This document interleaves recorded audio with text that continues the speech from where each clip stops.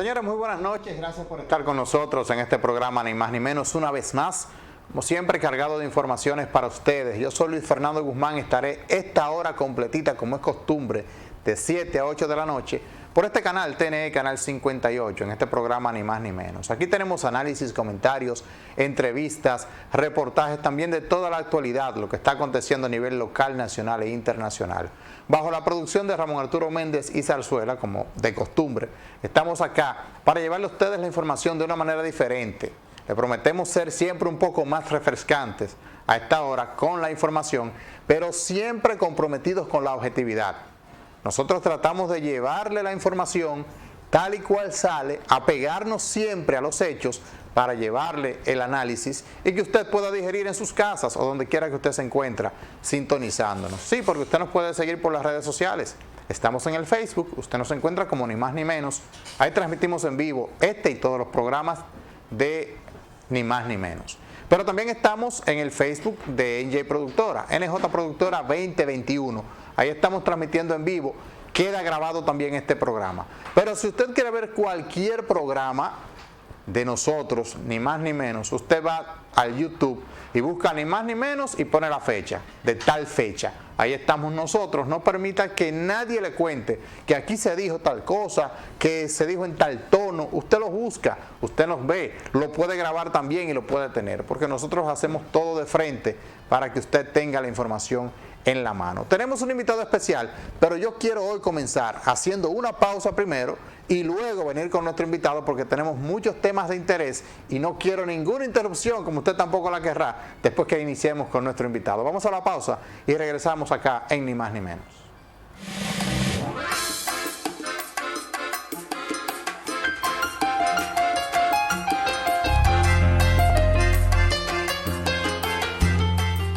Gracias por continuar con nosotros. Como le prometimos antes de la pausa, tenemos un invitado especial que es parte de nosotros, aunque por tiempo no esté viniendo, pero es parte de este programa. Es el doctor Gabriel Rivas, que está de nuevo con nosotros por fin en este programa Ni Más Ni Menos. Saludos, doctor. Gracias, un placer tenerlo aquí. El placer es mío y compartir con todos los televidentes también. Como tú lo dices, uno es de aquí, pero a veces el tiempo, el trabajo. Sí, mucho trabajo, muchos compromisos, entendemos. Sobre todo. Qué bueno, pero qué bueno tenerte aquí y comenzar a hablar ahora sobre esta problemática que a veces la gente no entiende la magnitud de la misma, y es la seguridad social.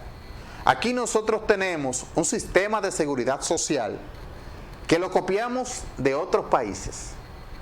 Pero lo que no nos fijamos en el momento, parece que también copiamos sus debilidades y sus problemas.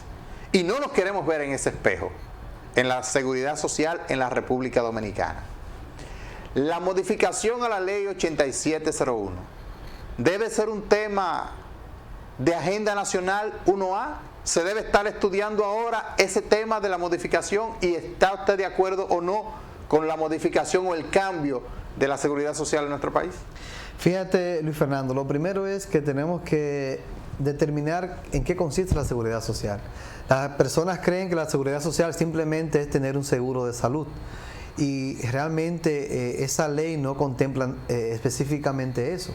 La seguridad social engloba tres cosas, que es el seguro familiar de salud, lo que es el seguro o la atención de riesgo laboral, y lo que son los fondos de pensiones. O sea, son tres temas, que esos son los tres actores, los componentes más importantes de la Ley de Seguridad Social, que es la 8701, que fue promulgada junto con la 4201 en el 2001, a prontitud. No sí. Porque había que hacerlo desde el año 98 se estaba manejando eso, y había que hacerlo a pesar de haber un cambio de gobierno en ese entonces. Entonces la seguridad social, pues en este país surge como un modelo copiado prácticamente igual que el modelo chileno. Como este modelo que incluye, como en el caso de los fondos de pensiones, una capitalización individual, este tipo de modelo fue instaurado en 30 países, solo queda en 12 países. Porque se sabe que la capitalización individual, como han querido vender las entidades financieras, que es lo mejor de lo mejor, no es lo mejor de lo mejor para el pueblo. Es lo mejor de lo mejor para las entidades financieras. Ese es el mejor negocio del mundo. Eso es en el caso de los fondos de pensiones en cuanto a lo que es la capitalización individual. Claro. Entonces, fíjate que solamente si nos vamos a hablar del tema de fondos de pensión, tenemos tela para hacer un programa por una semana completa. Pero en este caso, para que los televidentes estén pendientes y sepan, esa es una de las debilidades que tiene la Ley de Seguridad Social. ¿Por qué razón? Porque se hizo en el 2001. A partir de los 20 años, a partir de este año, que se deben empezar a cotizar o adquirir estos fondos de pensiones de las personas, de los trabajadores que califican, solo obtendrán de un 22 a un 25% de su monto cotizado, es decir, de su monto ahorrado. Este cálculo se hace en base a 2 sueldos mínimos, es decir, que es difícil que una persona adquiera, se pensione desde los fondos de pensión con un saldo más de 5.000, 6.000 pesos. Imagina, es decir, vamos a explicarlo, es decir, que yo, con la edad que tengo, cotizo hasta los 60 años. 360 cuotas. 360. Cuando termino mi cotización, al final yo con más de 60 años, ya enfermo, ya que no puedo trabajar, porque probablemente ya no tengo sin las seguro. Probablemente sin seguro. Porque si eres pensionado, probablemente te lo quiten, porque esta ley no lo protege. Imagínate. Al pensionado. Entonces yo voy a tocar, dentro de todos los años que me quedan, unos 6.000 pesos, 5.000 y tantos. Mensual. Pesos mensual. Exacto. Pero tú tienes un capital guardado en tu AFP, en tu entidad financiera que te está guardando tu fondo. Pero solamente me lo van a dar así gradualmente. Te lo van a dar gradualmente, pero solamente tú debes dar un 22 o un 25% de lo que tú tienes acumulado. Es decir, que yo con eso tengo que comprar medicina, comprar todo. comida, resolver tu pensión, porque es un fondo de pensión. Es decir, que si yo ahora tengo, por ejemplo, un salario de 40 o 50.000 pesos con lo que me manejo. Eres privilegiado con un salario así. Sí lo tengo, que soy privilegiado. Sí lo tienes, sí. Que soy privilegiado. Al final de mi vida, cuando ya no pueda ya trabajar ni nada de eso, voy a tener que disponer de unos 5 o 6.000 pesos para vivir con eso. Exacto. Es decir, mi estilo de vida, que era de 50, 60, 70, porque fui privilegiado, tiene que bajar a 5.000 o 6.000 pesos. Si logras cotizar 2 salarios mínimos. Ok. Entonces el que tiene un solo salario mínimo no va a llegar ni a 4.000 pesos. Ah, qué bueno. Entonces son de las debilidades que tiene esa ley en cuanto a eso de la AFP. Y eso es por eso que hay tanta discordia con ese tema, y tú ves que hay personas que lo han politizado más que otros, del 30% de esto.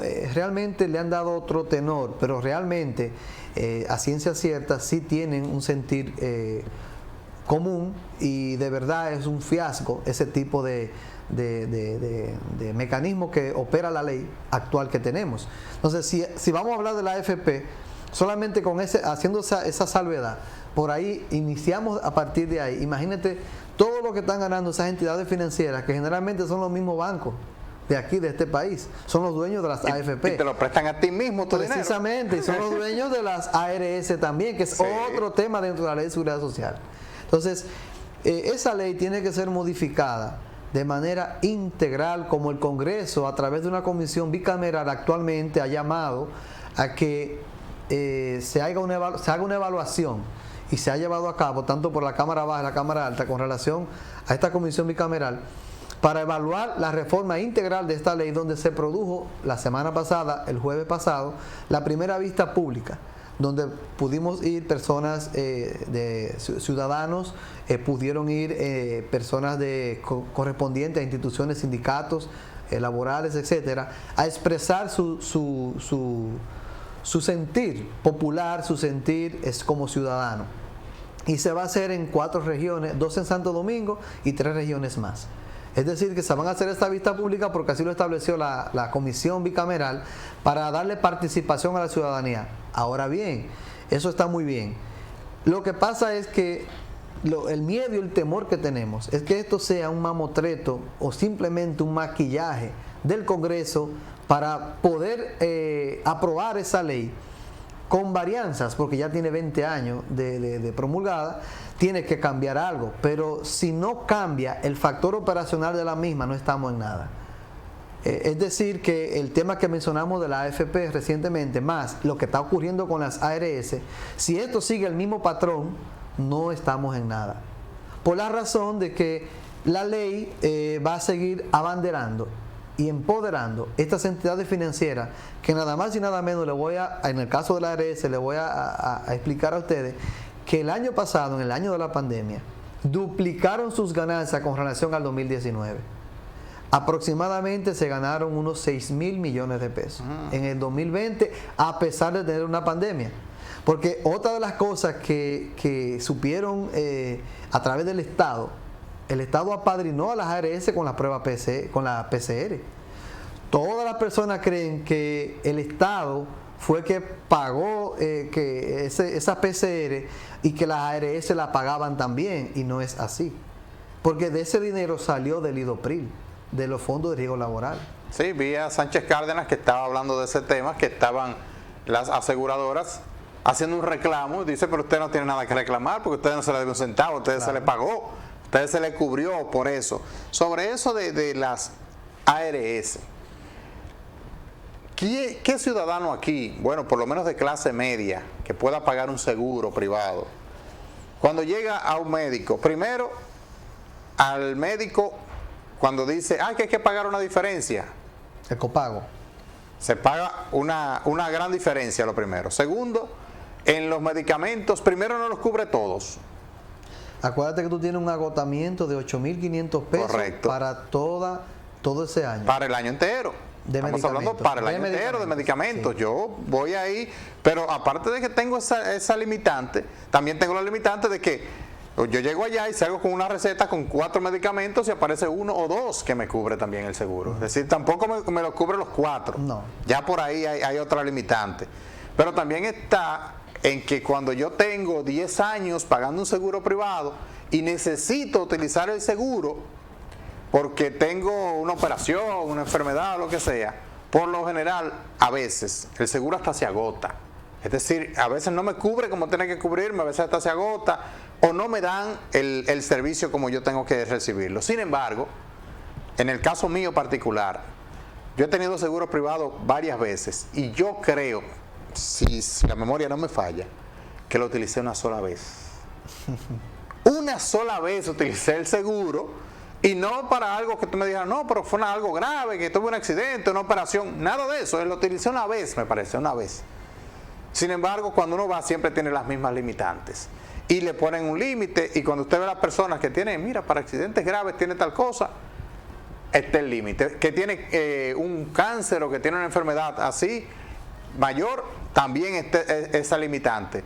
Sin embargo, hay más personas que no utilizan eso, y a ustedes los médicos, que los he visto cada rato también protestando y diciendo, porque nosotros vamos donde el médico, y yo voy donde el médico y me dice, mira, la consulta son 2.000 y con seguro 1.500. Ajá, solamente me cobraste 500. ¿Cómo le va a ustedes con eso, con las ARS? Mira, realmente eso es algo muy complejo, porque como tú decías, lo primero es que esta ley, la misma ley mandaba a que fuese revisada hace 10 años. O sea, hay un retraso de 10 años. La misma ley tiene contemplado su revisión a los 10 años. Y hoy, 20 años después... Esta debería ser la segunda revisión de esa ley. Se hizo en el 2019 un cambio que al final terminó favoreciendo a las ARS, que fue cuando subieron un poco lo que es el cápita de lo que es la cobertura en accidentes de tránsito, y también eso alivió un poco. Pero como tú bien decías, una reforma como tal, un cambio, una modificación de esa ley no se ha hecho y tiene 10 años de retraso. Uno de los temas esenciales que tiene esta ley y de los problemas que tiene es que existe lo que se llama el PDCS. El PDCS es el catálogo, el Plan Básico de Salud.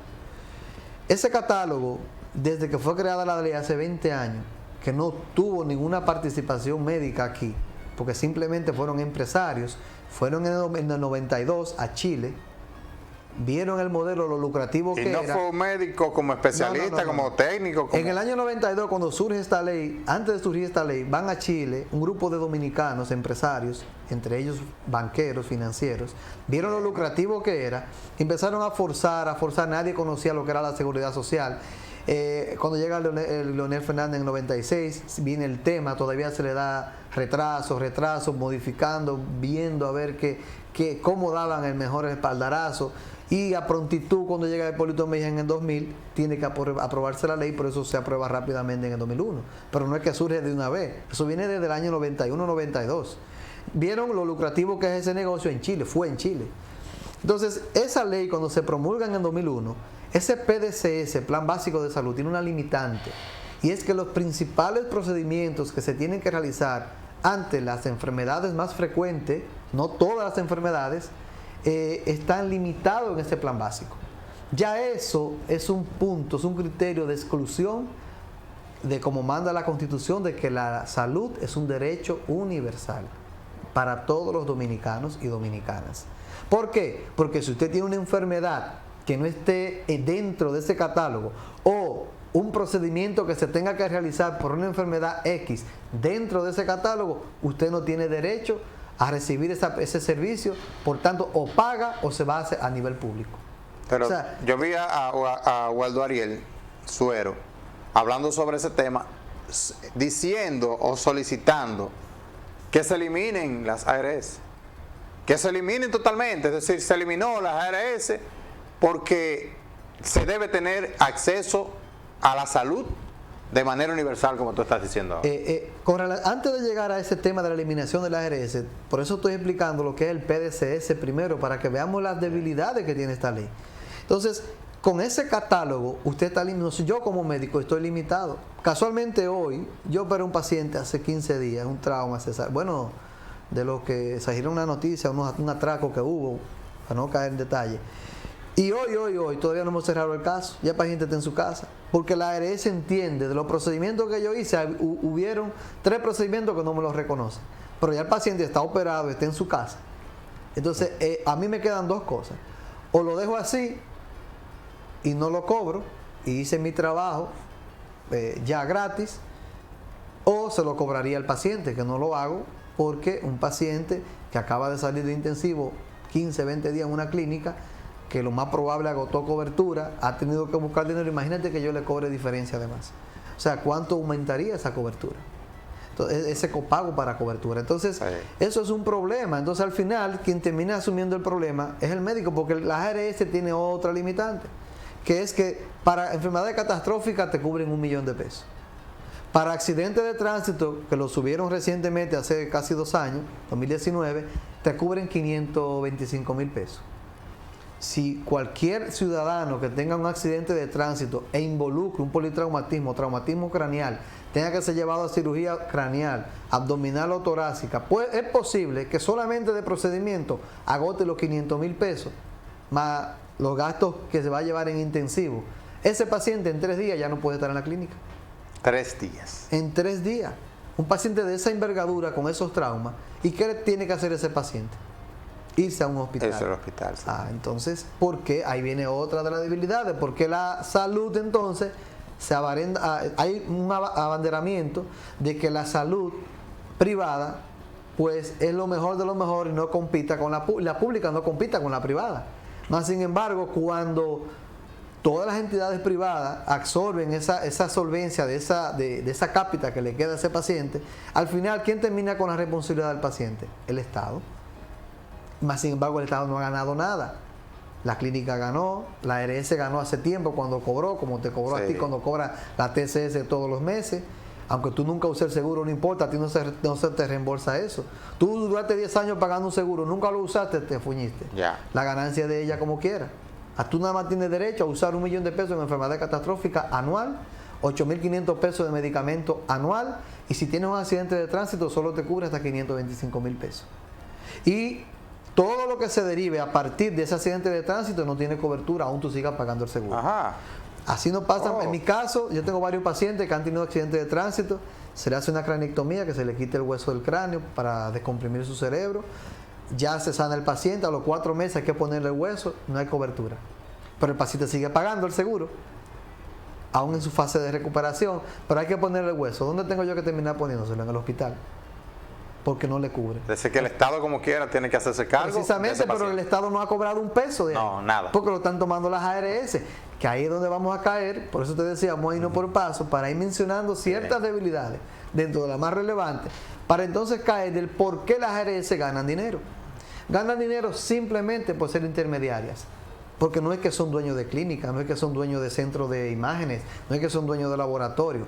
Es simplemente por ser el intermediario. Eso es como que un grupo de empresarios afortunados tuvieron la gracia de que políticos le dieron esa facilidad, donde ellos se están ganando anualmente aproximadamente entre 3,000 3.500 millones de pesos anuales. Simplemente por ser intermediarios. ¿Que tienen gastos? Sí, pero sus gastos son muy minoritarios con relación a sus ganancias. Por eso estamos hablando de que ganan hasta 3.000 millones de pesos anuales. Entonces, ellas no tienen pérdida por ningún lado. Pero el ciudadano sí, porque está limitado por un catálogo, está limitado por una cobertura, está limitado incluso por el prestador. No todos los pacientes tienen derecho a que elijan el médico que quieran, porque es posible que ese médico no tenga código con esa ARS. Eso mismo te va a decir, que a veces me dicen, mira, tú tienes este seguro, y yo voy donde ti y tú me dices, no, pero yo no tengo me han dado el código. No porque yo no quiera trabajar con el seguro, es que el seguro no me da el código. Precisamente. Eso pasa mucho con los médicos jóvenes. Sí, no tengo el código, pero tú eres el médico mío. ¿Qué yo tengo que hacer? Tú eres el que tiene que atenderme en esta enfermedad que yo tengo. Claro. Entonces, ¿qué yo tengo que hacer? Venir y pagarte la consulta, pero yo estoy pagando un seguro. Yo no dejo de pagarlo. Yo no dejo de pagarlo y tengo que pagarte completo a ti. Pero eso significa que lo que tú me des tampoco va a valer para yo salir a buscar los medicamentos tampoco con eso. Es decir, no vale. Tú me das una receta y yo voy allí y me dicen, no, pero como ese médico no tiene código, esa receta no pasa tampoco. Pero yo sigo pagando mi seguro. Ya yo tengo que pagar el médico, yo tengo que pagar la receta, tengo que pagar todo, pero sigo pagando mi seguro. Entonces, sigo perjudicándome, yo como paciente, me estoy perjudicando, o en otros casos te perjudicas tú hasta como médico también. Claro. Porque te pasa eso con 10 pacientes y hay 8 que quizá no pueden. Porque yo vengo donde ti porque tengo un seguro y me sale mejor por ahí porque, no tomo el seguro. Pues yo voy a tener que ir donde otro que sí lo tome. Y también hay algo como una competencia desleal también con esto de los seguros. Por eso le decía que como termina siempre el Estado haciéndose el cargo de ese paciente, de ese grupo de pacientes, entonces no es algo descabellado ahora que yo lo veo lo que está diciendo Waldo Ariel Suero. No es descabellado el eliminar entonces las ARS. Él está promoviendo, una de las sugerencias que tiene el Colegio Médico es que se eliminen las ARS, que solamente queda la ARS del Estado, que realmente el Estado es el que tiene que ser el garante de la salud en este país, y el que quiera una ARS privada, pues lo que la pague. Pero usted, desde que cotice la TCS, debe ser irse a una sola ARS que debe ser respaldada por el Estado, como en este caso es SENASA. Eso es una de las propuestas que tiene el Colegio Médico. Y el Colegio Médico pues le ha solicitado también que las ARS que tienen autogestión, como SEGMA, UAS y otros tipos de ARS que son de entidades propias, pues permanezcan dentro del sistema, porque sabemos que una población limitada que tiene que pertenecer a ese gremio es que va a tener ese seguro. Entonces, realmente, es como te decía, es un tema muy complejo lo de la ARS. Y esto de la ARS, o no es bien la ARS, porque eso es una parte de la ley. La seguridad social realmente se puede decir que es la ley más importante después de la Carta Magna. Es una ley porque no es tan sencilla y la ciudadanía tiene que empoderarse de esto. De esto tiene que surgir, y esta pelota caliente está en este Congreso actual, de este gobierno entrante, y es bajo su responsabilidad que este Congreso tiene para salir airoso con la reforma integral de esta ley. No es reformar una ley por reformarla, por eso se llama integral, que si es necesario hacerlo artículo por artículo, que le respalde a todo el ciudadano, le garantice la salud con calidad, pues es una responsabilidad de este Congreso. Si no hacen esa reforma integral y se quedan abanderándose a manos de lo que sería a mano de los empresarios, de los financieros, créeme que políticamente le va a costar muchísimo al Congreso, al partido político, a los partidos políticos que están dominando el Congreso actualmente. Mira, en tu especialidad, que es neurocirujano, para los que no lo saben, es una especialidad muy compleja porque a ti generalmente te llaman para operaciones muy delicadas y de emergencia. Pero hay un caso, un tema también que va de la mano con esto, y es que cuando va un paciente accidentado que llega a un centro de salud privado, no lo atienden si no le piden un depósito deposita 100,000 pesos, depende del centro donde lo lleven. Tiene que traer 100,000 pesos. anda una persona en la calle a las 2 de la madrugada, tiene un accidente de tránsito, lo llevan a un centro de salud privado y lo primero que le dicen a la persona que lo lleva, mira, tiene que traer un depósito de 100,000 pesos para que lo atendamos. Y yo me pregunto, ¿usted cree que yo ahora tengo en los bolsillos 100,000 pesos? Quizá yo lo tengo en un banco, a lo mejor yo soy de los afortunados de tener un banco, pero lo tengo en los bolsillos ahora mismo para yo tener que darlo aquí como adelanto para que usted vea qué tiene ese paciente antes de atenderlo. Es una cuestión inhumana que siempre se ha discutido aquí y de hecho hay vidas que se han perdido precisamente por eso. Realmente, como tú decías, depende del centro de salud, porque el mismo Estado ha dirigido de que todo paciente asegurado que llegue a una emergencia debe atenderse sin depositar nada. Pero ahí viene el caso, quizá yo tenga el seguro, quizá yo estaba de playa, Dios lo libre, no ando con ningún documento y me llevan a un centro de salud.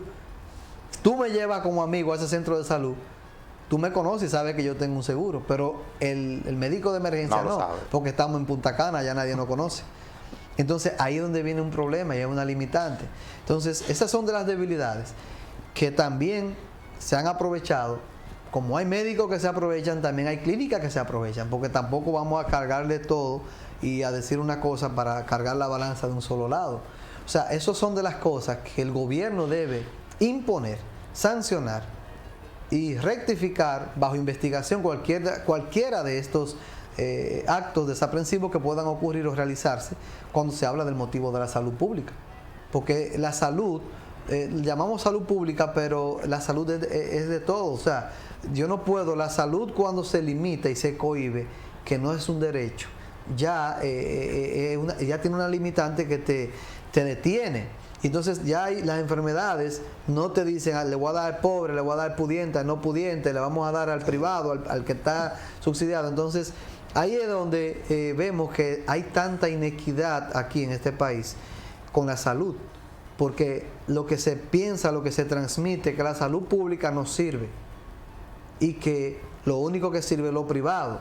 Más sin embargo, todo, ¿por qué están haciendo alianza público-privada ahora el Estado? No es simplemente porque hay que beneficiar, porque nadie del Estado sabe dirigir. Es porque los beneficios están en el Estado. Los beneficios lucrativos y los grandes negocios vienen desde el Estado. Entonces, ¿por qué no le damos esa prioridad? Y vamos a fortalecer el sistema de salud pública. Vamos a que en 20 años que tiene esta ley, aquí no se ha establecido lo que es la atención primaria como tal, no ha entrado en lleno la atención primaria. La gente no conoce, la gente no sabe lo que es la atención primaria. No se hizo. Mira el caos que pasó aquí con el COVID, con esta pandemia. Si hubiese existido una atención primaria organizada, coherente, de seguimiento, no se pierden tantos casos y no se promueve tanto una enfermedad. Ni la cadena de contagio se llega a un punto de que se salga de control al Estado, como estuvimos en plena pandemia. Lamentablemente. Vamos a hacer una pausa y regresamos porque nosotros no podemos, aunque hemos hablado de seguridad social y todo eso, pero no podemos obviar el tema meramente político contigo aquí. Eso no podemos nosotros obviarlo en el día de hoy, hay que aprovecharlo. Nosotros vamos a una pausa y regresamos. Está con nosotros aquí el doctor Gabriel Rivas. Esto es ni más ni menos.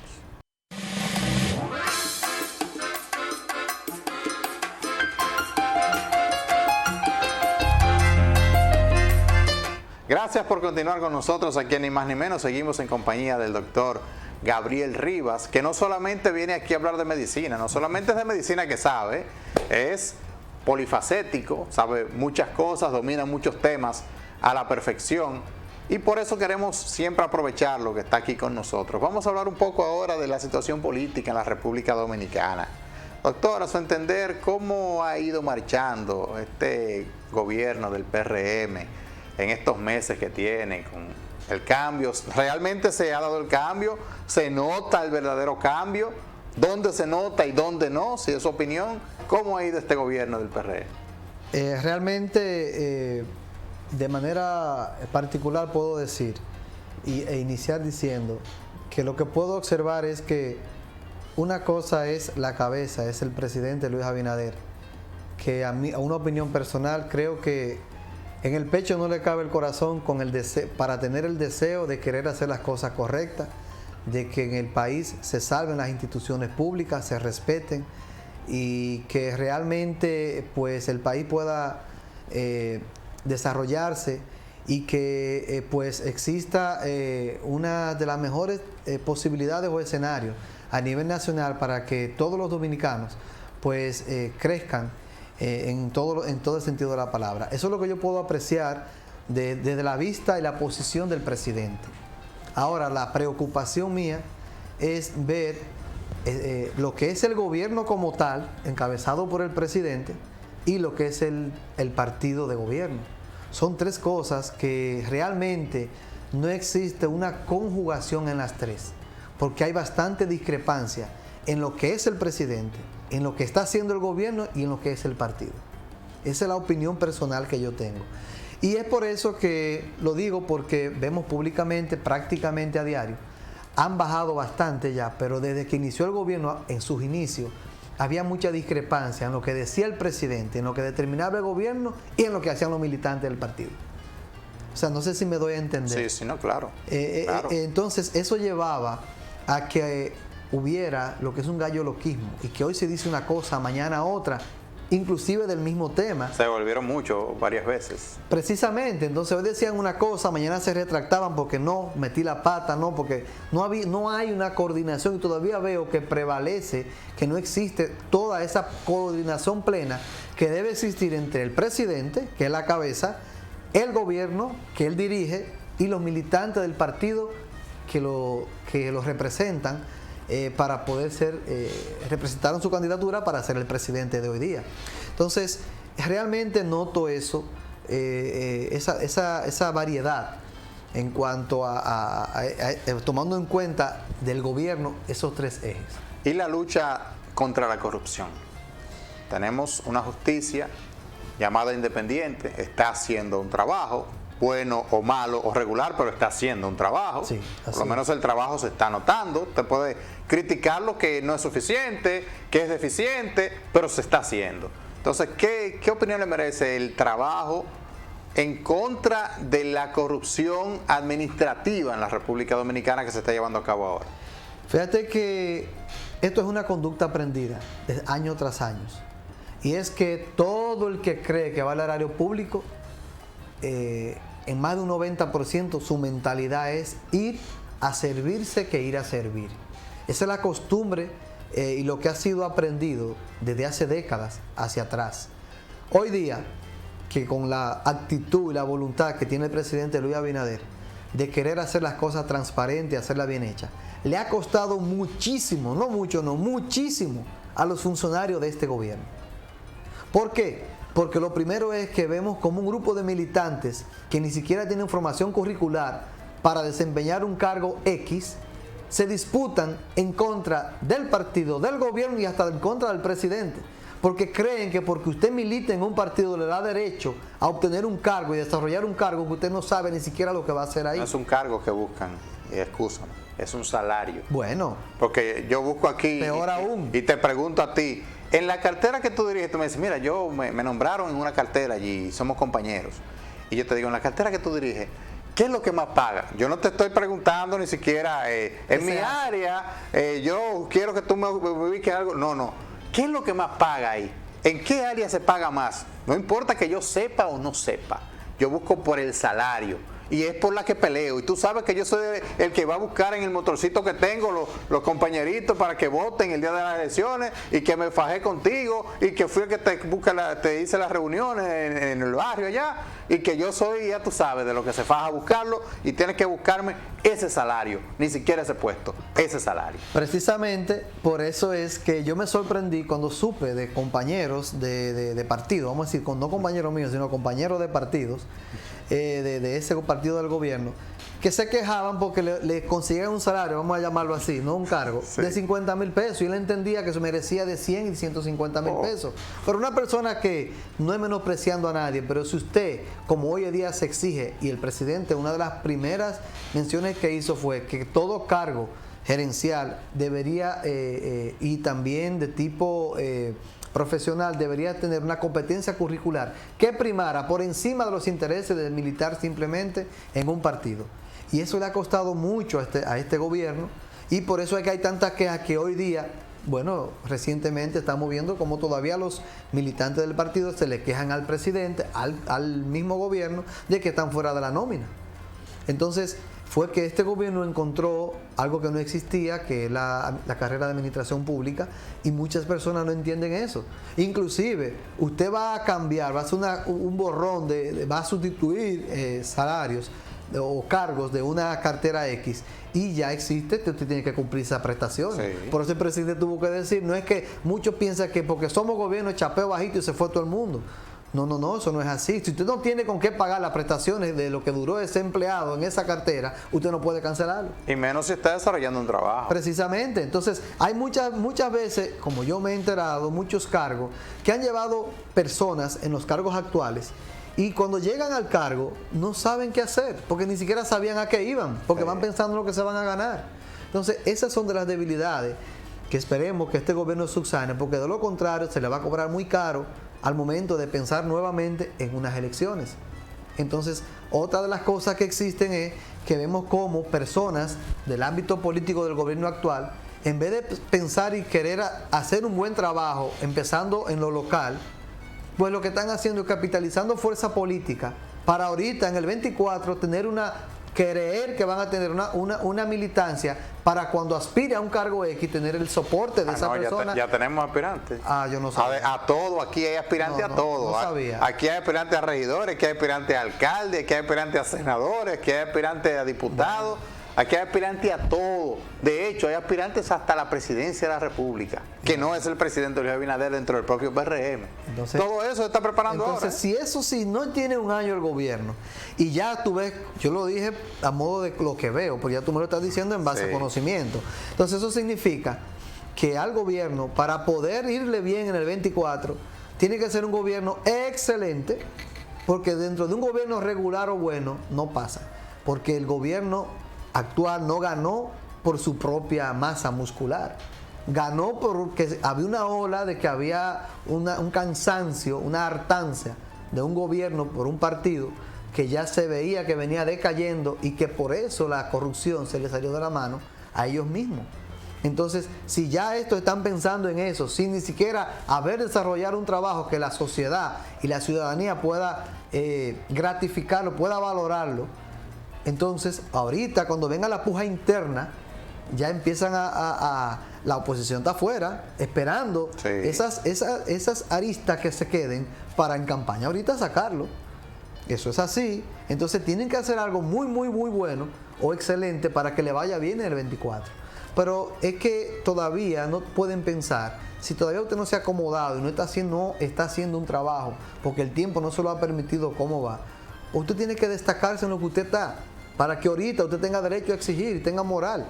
No es porque usted pertenezca a un partido, que usted tiene que desarrollarse y que amerita eso como un trofeo. Esto no es así, la política no es así. Le han querido dar esa matiz, pero eso, el político, el servidor político, no debe ser así. Arriba de todo viene una reforma fiscal, doctor. Aquí dijo el gobierno que es inminente una reforma tributaria en la República Dominicana. Eso es peligroso. Eso es muy peligroso. Inminente. Es muy peligroso porque cuando tú vas a hablar de una reforma fiscal, lo primero que tú tienes que hacer es reformarte y recortarte tú mismo como Estado. Y vemos que si aquí se quitaron muchos nombramientos, muchos cargos de la gestión pasada que eran puras botellas, no menos cierto es que el gobierno actual no ha purificado una nómina. De que si usted tiene 10 funcionarios en esa cartera, gerentes, y entre sus gerentes o funcionarios de primera, segunda categoría, y usted entiende que esa cartera se maneja con 3 funcionarios, usted no eliminó los 7 que faltan, usted ha dejado los 10. Lo mismo que estaba pasando en la anterior. Una sustitución uno por otro. Entonces, eso no es una... para tú tener validez y darle credibilidad a un pueblo que tenga un poco de sensatez y de tranquilidad, tú tienes que empezar a hacer tu propia reforma interna. Porque entonces el pueblo, fíjense lo que está pasando en Colombia, no es pura casualidad. Lo que está pasando en Colombia hoy día no es casualidad.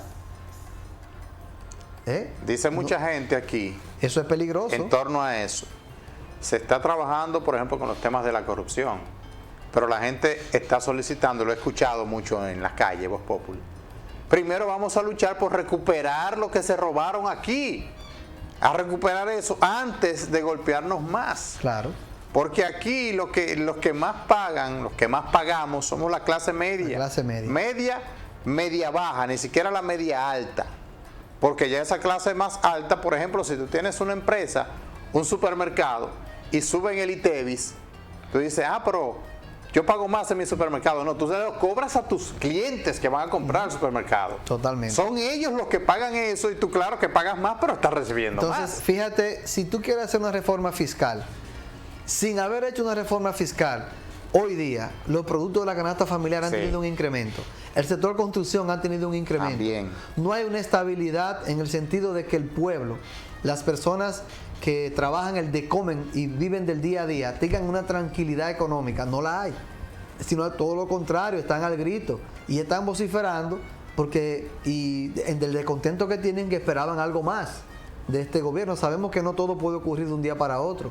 Luis Abinader no tiene una varita mágica que va a cambiar todo de un momento a otro, pero una responsabilidad de todos sus funcionarios, tener el compromiso que tiene el presidente para poder desempeñar su función con integridad, transparencia y hacerle valer al presidente ese cargo que le ha puesto. O sea, para que ahorita el gobierno, mañana, sea un gobierno favorable y positivo, porque no es simplemente crear empleos, así como y decirlo por decirlo, ejecutarlo y tenerlo al cabo, llevarlo al cabo desde la localidad hasta lo que es a nivel nacional. Y crear también las condiciones, porque aquí a nosotros no nos crean las condiciones. Por ejemplo, está el problema con la juventud. Sí, yo te voy a estudiar en la universidad. Sí, pero tú me creaste las condiciones para yo, que soy de clase baja, mi familia no tiene dinero de enviarme a una universidad. Lo primero. Segundo, cuando yo salga de la universidad, yo tengo las plazas de empleo para ir allá. Tercero, cuando aparecen las plazas, me dicen a mí, pero tú tienes que tener tanto de experiencia. ¿Pero qué experiencia? Si yo tengo 22 años, me acabo de graduar, ando con un diploma debajo del brazo y un currículum aquí, ¿y cómo voy a tener experiencia si tú no me contratas para tener la experiencia? ¿Qué garantías le da el gobierno entonces a esos jóvenes que tienen que irse allí a poner un puesto de fritura en una esquina sin desmeritar a los que venden fritura, porque eso es un trabajo digno también? No, pero ya ese joven estudió. ¿Qué? Ya ese joven estudió, que es lo que...